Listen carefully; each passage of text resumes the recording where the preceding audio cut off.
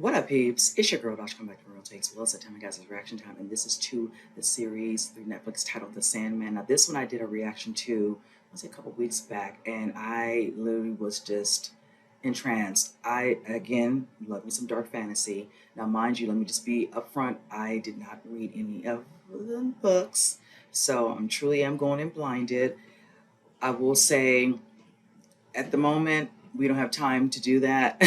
Sister over here has multiple jobs, so time is not, on my side for that. But who knows? Down the road, I'm gonna have to make that a conscious effort to do that, because I did hear a lot of people, not just in my comment section, but also online, like through other social media, just kind of definitely showing that love to the novels. And I know it might do justice, but then in some other ways probably done. But I can understand that being a voice. Needless to say, I'm excited because I saw that some of the cast that was shown in the trailers, and I did see Gwendolyn and Chrissy. I don't know how many scenes she has. I'm happy she's not seen Stephen Fry.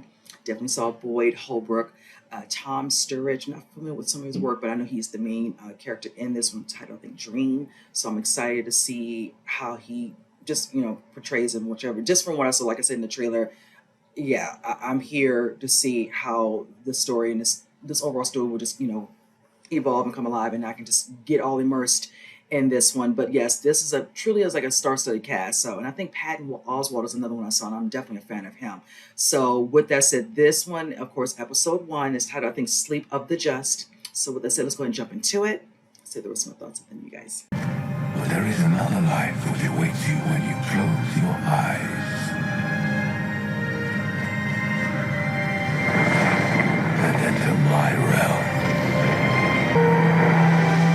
When the waking world leaves you wanting and weary, sleep brings you here to face your fears and fantasies in dreams and nightmares that I create, and which I must control. As powerful as you are here in your realm, dreams rarely survive in the waking world. Nightmares, on the other hand, seem to thrive there.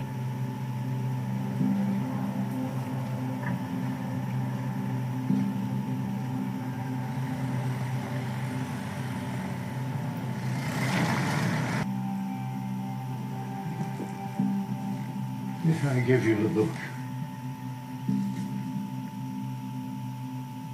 can you really capture the angel of death? Oh, yes.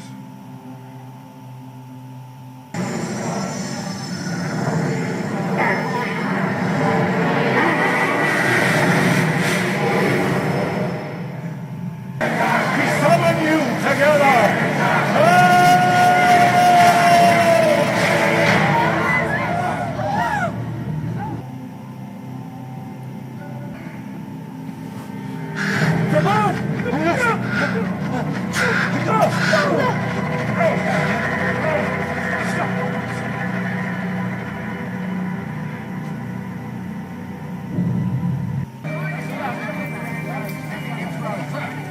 The sleepy sickness, as it was called, affected nearly 1 million men, women, and children in every city, town, and village in the world. Know you? No.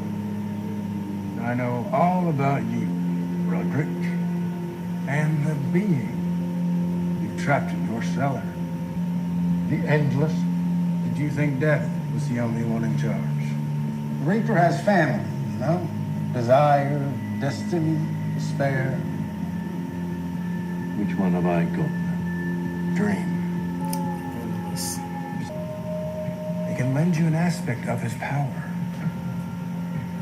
Extend your lifespan. Allow you to manipulate others.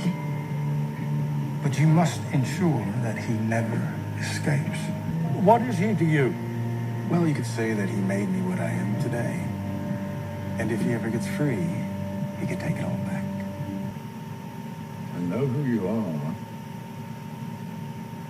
Dream of the Endless. If I let you go, if I promise to give you back your things, but power, wealth, immortality, Is there nothing you can offer me? My ruby sand and helm brought youth and prosperity to Roderick Burgess and his followers. But for the rest of the world, the suffering continued. I could watch him until they get here if you wanted to go. See you tomorrow. See you so much. If you could bring Randall back, or just give him something, anything, or even just speak to him, then I am sure he would let you out. So I would let you out, if I could.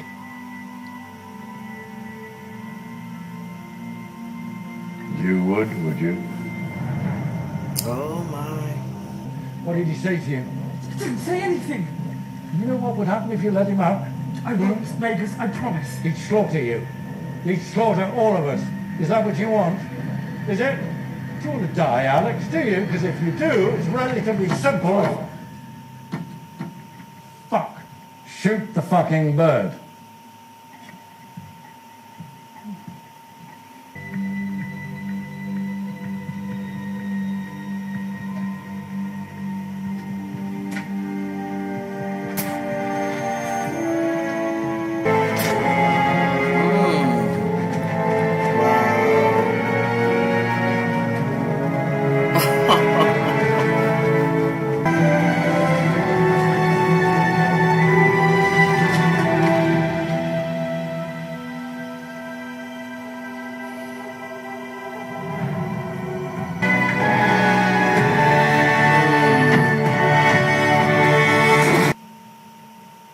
Oh, Alex.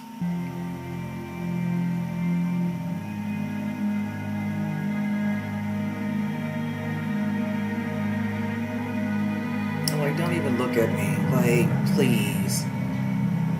Oh boy, you can see the look on his face. He's just like, oh yeah, I got something for you. I'm afraid I'm doing much more sleeping than I am reading at the moment.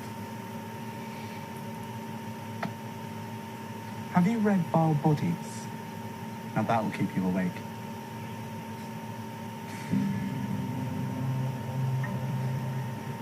I'm going to have a baby. That's wonderful news.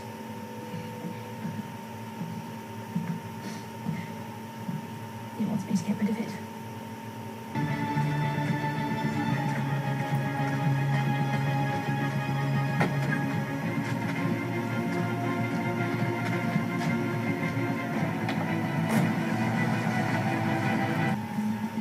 She's taking it all. The helmet, the pouch, the ruby, the grimoire, Mm-hmm. 200,000 in cash. Yeah, those are your lessons. She can far more than that. She's also robbed you. She's taken your helm, your sand, and your ruby. Now I can unlock this, you can go after her. Hit me! My father, he's dead. I'm so sorry, sir.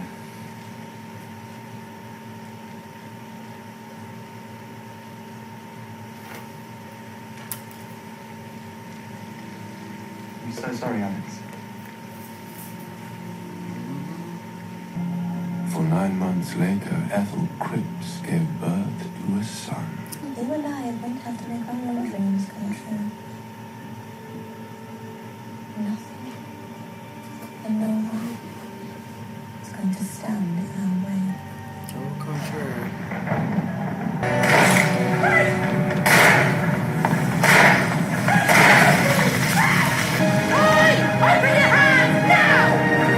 Please. Like, with pleasure.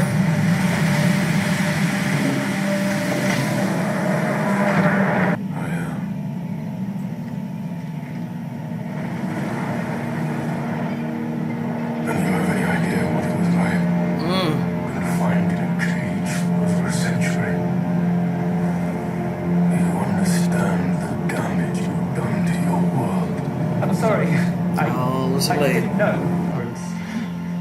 I was wake up.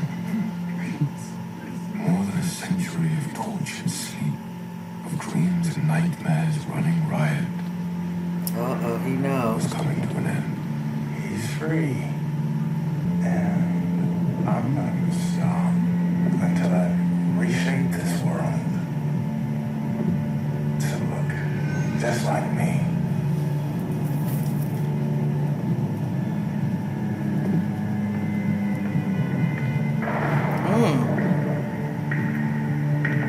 Sir, it's me. It's Lucien.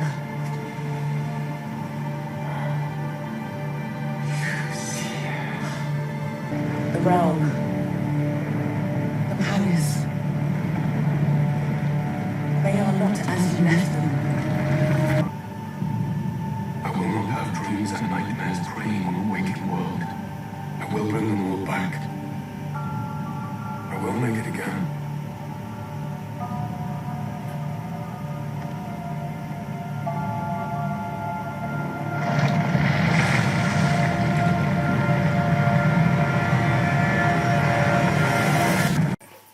All right, you guys, this episode was so good.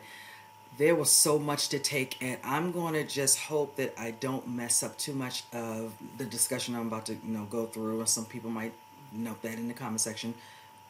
Be gentle. Again, have not read the books. Needless to say, just seeing the gentleman, Surridge, as Dream, definitely am truly mesmerized by him. Just his overall way of dealing with, that the realm of sorts. Now we get introduced to him understanding dreams and this whole realm that they're dealing with and how it is structured, and then dealing with an individual played by Boyd Holbrook, titled the Corinthius, and you see him going here, messing with mortals, doing harm and all that, for some sort of pleasure out of it. And in the midst of him pretty much confronting him and about to handle and deal with him, you see prior to, that in the midst of that, we get introduced to a family, and I want to say circa 1916, with a gentleman named Roderick, played by Charles Dance. Definitely a fan of him. And you see him wanting to meet with this gentleman who has a book of spells, and they're going to use his book of spells to help them bring back, both their sons. And they wanted to bring back, I'm assuming from that, to compel, Deafenham to bring back their sons. Unbeknownst to him, more of the damage he's caused in the midst of them doing that ritual. You see his son Alex right there alongside her, and I'm gonna get into that whole dynamic with that family. And in the midst of him dealing with Corinthius, but in the end, we need the story to progress. Whatever, these are novels, and I'm going to enjoy watching Holbrook do his thing. Dream is taken out in the most during the summon, situation with this whole ritual, and is placed into this circle, bounded down where he cannot get out. You see him with his, I think, gold, was it red pendant? He had like some little satchel stash, and then of course his cloak with his, helm that he is on, and then his cloak around him, taken off of him, it shows his actual raven kind of, was able to fly away, So from there, Charles Dance's character, playing the father to Alex, and when the guy's like, oh, I thought you just had one, like, no, I had the son, whatever, and and putting down him, I really want to understand, and I'm not sure if we're going to see it, probably not, the whole point of him treating Alex like that, as if Alex was the cause of something of his son's death, which he was not. So I'm not understanding, you felt it, the way he did, which they probably were not going to flush it out. I doubt seriously we'll see it, hence for the way this episode ended. With Alex's character. I felt bad when they had to confound him, because of course you see the Corinthian shows up because he knows that he's being held. He knows all about Roderick, gives him pointers, and then I'm learning about what they call the endless. You have, what is it? I think desire, despair, of course, dream, destiny, death. All these. So he's like, yeah, this is like a Reaper family. So him breaking it down to him, it's not just like, which one, are you, or whatever. And very interesting just to see him give him pointers, do this, put him in a glass, kind of like, shielded glass, whatever, he can't get out, whatever, keep it around there, because that little circle is not going to be enough. So they built that out, and it was just so intriguing. Also, he's like, when I see you again, he's like, I hope not, because if you do see him again, that'll be because something happened or you did something, or you poor judgment test, issue. Needless to say, from there, you can see a little bit of hesitation with Alex seeing what's being done to this, young man, and there's something he really can do, but he wants to, but he's really not. And as time goes on, you see 10 years pass, and the fruits of their labor with having the things he has, whatever his father and all them, the parties, the money, the girls. You see get introduced to one lady who wants to get close to his dad, and she has her own agenda anyway, even though she's nice to Alex.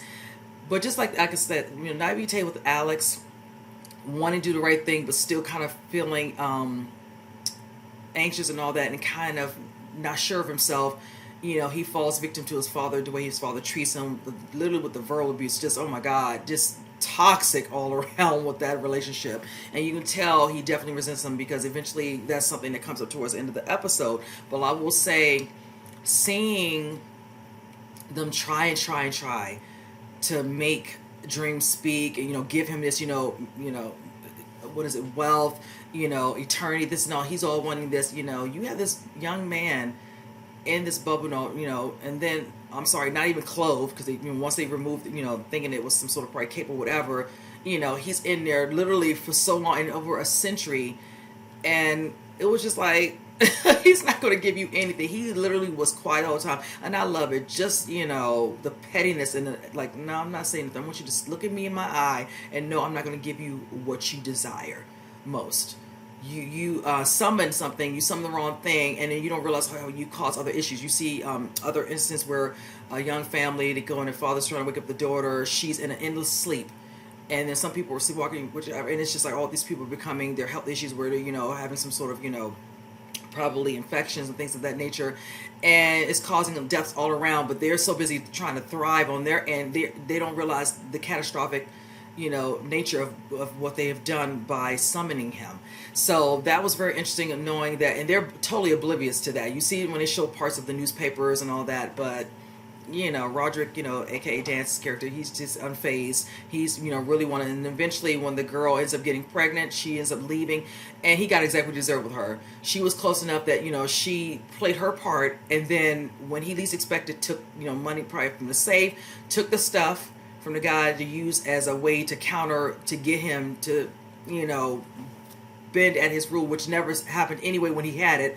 But now it's even worse, and he's just bamming. But I love the scene finally where Alex he's like, if Randall was here, he's like, if Randall here, he would tell you how much he's disgusted with you, just like me. Like, it's, please, I don't think we never got to see flashbacks of Randall. We don't know. We see pictures, and that was it. Maybe we might see something down the road. I don't know if he might be in an episode, whatever, if they do a flash. But seriously, I doubt that. But just him saying, I was like, get it off your chest. It looks like it's been pent up in you for so long, and it needed to be said. I definitely looking forward, now that we see the scene of him when Alex's, partner, is going on. He's trying to still talking, don't hurt, me, and Paul, I think that's what his name is. If I missed it, my apologies. And he's just like, if I let you out, but you're still not doing it. You're talking about letting him out. You've been saying that for so many years. Look at you. And then when you see him, years have gone by. He look like he's probably maybe 60s, 70s, whatever, in a wheelchair now. But I like how the part where you see that putting the wheelchair over that circle, it kind of smashes, leaves a little break in it where Dream can do what he does best, with one of the security guards, and I want to be on the scent, I'm going to do this, whatever, and all that, setting it up, because he knew. I don't know if he knew the premise of the overall with the circle, but something makes me want to think he did when he turned, looked down, and then looked at him, and the guy, Serge's, his character Dream, he looked at him, like almost like as if he knew whatever, like, let's just be done with this. Alex is totally oblivious in that moment what has happened, and he deals with both the security guards. I'm like, talking about, let me see your hand. Like, I was like, with pleasure. Go to sleep. Like, be gone. And then him letting Alex, he was rather gracious to him. I thought he was going to have a more, some sort of, really harmful demise. But he's like, I'm going to put you in an eternal sleep. Yeah. All in your head and your mind. Now, yeah, that's what you're going to be. You did get to live your life to the fullest, the man you love, and, and do other things. But now, Your time is done. Now this is where you're going to be at, and nobody's going to be able to wake you. Hence, like that young little girl, her family, she's in innocent sleep due to the ramifications of Alex's dad that is still continuous. Now you see him eventually falling back to the realm, and I cannot remember her name. Excuse me, guys. I might put it somewhere up here, where she's at him explaining to him that he's been gone so long. A lot of them did, as she said, look for him. Then some other ones think that you forgot about your duties. And then you see where he's like, well, they didn't have any faith in me. He's like, I'm going to, get everyone back. Whatever, the realm is decaying all around me. Whatever your dreams are dreaming. It was just so much. And you could see it because it was so beautiful at the beginning of the episode. But I'll be happy when he goes and tries to fix the damage that's done and also deal with the person who was trying to handle in that moment, the Corinthians. When he makes the comment, I had to write it down. He's like, I'm going to go ahead, I'm going to reshape the world to look just like me. And I was just like, yeah, you're all about enjoying all things. When you showed that man, I was just like, oh my goodness, like, yeah, the damage he's done and all the damage he's probably already have done since he's been literally locked up for a full century, courtesy of Roderick and of course Alex not letting him out and growing old. So it's like, you know what? Throughout this whole season, he's going to be going around dealing. We'll probably get introduced, like they said when they were showing him discuss the endless, like probably desire, maybe despair.